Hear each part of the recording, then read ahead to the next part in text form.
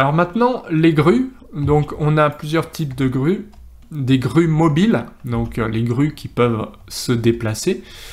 Alors vous ferez attention, certains sont des blocs et d'autres sont des objets, mais certains offrent des possibilités. Je pense à celui-là, par exemple. Donc celui-là est un petit peu dynamique dans le sens où le bras ici peut tourner comme ceci, d'accord?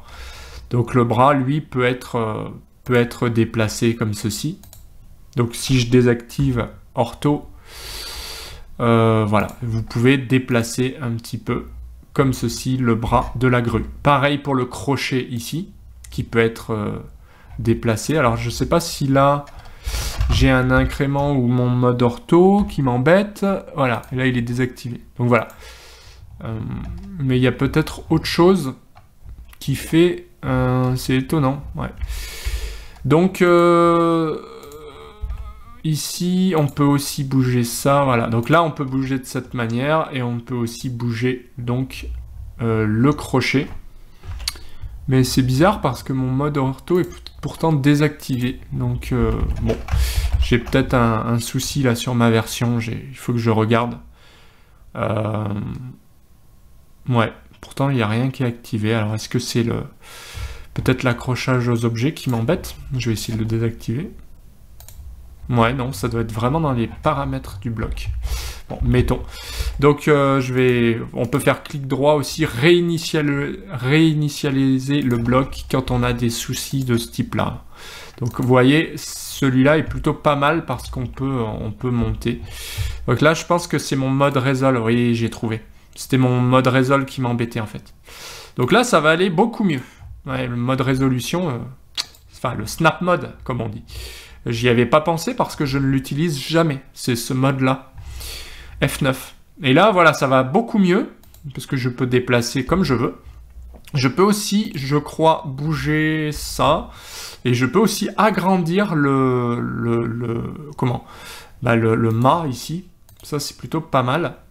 Et je peux aussi tourner ici avec cette flèche-là. Donc je bouge mon crochet.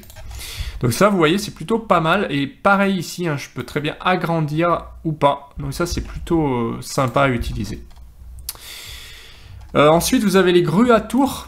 Donc les grues à tour qui sont des grues classiques sur chantier. Certains sont des blocs, d'autres des objets. Mais vous savez passer de l'un à l'autre avec la commande bloc. Il y a aussi une petite astuce que j'utilise, c'est CTRL-MAJ-C, copier classique avec un point de base, donc je clique n'importe où, et CTRL-MAJ-V, c'est coller en tant que bloc. Et c'est génial parce qu'en quelques secondes, ben, vous avez réalisé un bloc qui est renommé d'une drôle de manière, d'accord, mais qui vous évite de sélectionner avec la commande bloc, de sélectionner les objets, etc., de le nommer. CTRL-MAJ-C, cliquez un point de base, CTRL-MAJ-V, convertir en tant que bloc. Je vous le refais ici. Donc ça, ce sont des lignes. Je fais CTRL-MAJ-C, clic, CTRL-MAJ-V, clic, et cette fois-ci, c'est un bloc au lieu d'être des lignes. Voilà. Et l'avantage des blocs, c'est toujours pareil. J'en sélectionne un, je fais clic droit, sélectionner similaire, il me sélectionne tous les autres. Voilà, donc je peux tous les déplacer d'un coup, ou les supprimer. Donc vous avez vu une petite astuce très pratique. Et enfin, des grues portuaires. Donc ce sont des types de grues de ce type-là, donc de ce style, qui sont assez balèzes, hein, il faut le dire. Mais voilà, ça a le mérite d'exister.